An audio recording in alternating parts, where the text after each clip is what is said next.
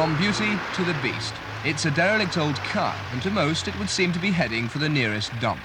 But for Mallalieu Cars of Wootton in Oxfordshire, this is just the beginning. Inside 6 months it'll be ready for the road again, spanking new and costing more than £20,000. Mallalieu Cars was the dream of racing driver and car enthusiast Derry Mallalieu, and it all started when his wife gave him an old Bentley Mark VI for their silver wedding anniversary. He rebuilt the engine and designed a new body to sit on the existing chassis. To start with, it was just a hobby, but before long he realized there was a demand for his type of car. In 1974, he founded the company to go into full-time production, but he died the following year, and only 3 cars had been completed. But the company continued, and today it's headed by housewife and mother of 2, Pauline Mallalieu. How did she become involved? I was sort of hurled in, I think. My father died 3 years ago. My husband said, why didn't I come in and run the company? And I said I couldn't possibly cope with a lot of engineers, because I thought there'd definitely be male chauvinists. And so we had various managers and people who did come in, who made a mess of it really one way or another.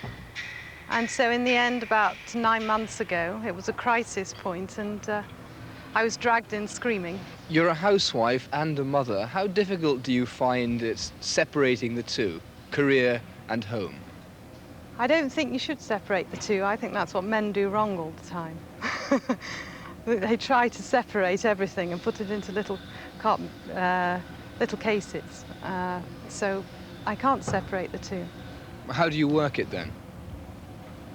Well, Noel and I, that's my husband, we used to talk about Mallalieu until about 12 o'clock at night. We stopped doing that now. We tend to forget it when I get home.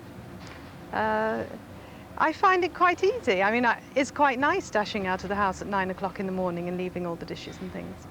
And dishes are a far cry from the world of engineering in a small but now very successful company turning over in excess of £600,000 a year. But what makes Mallalieu Cars different from the other firms around Britain which specialise in reproducing old-looking cars using modern components? Well, basically we take a Bentley Mark VI, which was made between 47 and 51. We cut off the old body, take the chassis, engine, gearbox, the running gear, recondition everything absolutely brand new, and build our own hand-produced body onto the chassis. So Mallalieu Cars are literally reincarnations rather than copies of the real thing. But that's exactly the secret of their success. Enthusiasts all over the world are now eager to buy a Mallalieu car. And recently the owner of this one was offered £31,000 in cash to part with it. He refused. The decision surprised no one here because they believe there's a magic to owning a car like this. And Jim Culverwell, Mallalieu's latest customer, couldn't agree more. It's rather difficult to describe, but it's like having a love affair. It's a most beautiful feeling to you see something that really speaks to you. And I think that's the main reason.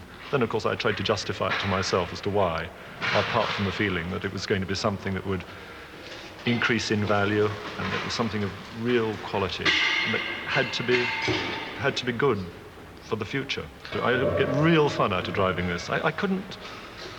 I don't know, everybody has their own conception of what they look like behind a car, and I think that I will get fun out of this. I would never get fun out of a Rolls-Royce. And also, it's a very personal, buying a car like this is very personal. I come down for a fitting for the seats, and I talk to the people who are building it, and I see the way it's taking place.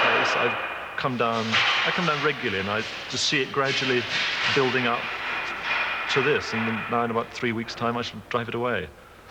Hopefully when the sun's shining. What the weather will be like in 3 weeks' time, no one can tell, but the sun is certainly shining on this little Oxfordshire car company. Profits are on the increase, the order books are full, and the firm is just about to clinch an American dealership where there's virtually an untapped market for this type of vehicle.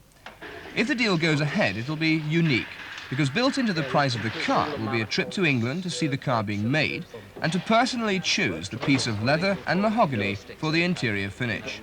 Also, Mallalieu will agree to fly a mechanic to the States once a year to give the car its annual overhaul. So, if there's a big demand, will Mallalieu cars go into volume production?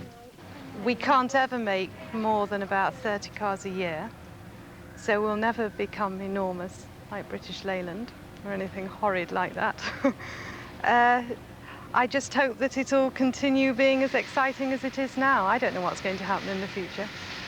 You say you can only make 30 cars a year. What's the reason for that? In order to make 30 cars a year, we'd have to have 50 men. I think 50 gentlemen over there is quite enough, really. It's a personal decision then, it's not Yes, because it won't yes. get any bigger. And also my husband is an accountant and manages all our money matters, you see, and he's worked it out and I expect he's right. You build all the cars on an old chassis. Yeah. One day these old chassis are going to run out, you're not going to be able to find any more. What's going to happen then? It will all be so old it won't really matter. I mean, we think there are about at least 300 chassis to be found. At least. We reckon there must be 2,000 lurking around somewhere. So if we lay our hands on 300 and we make 30 a year, we'll all be very old, won't we?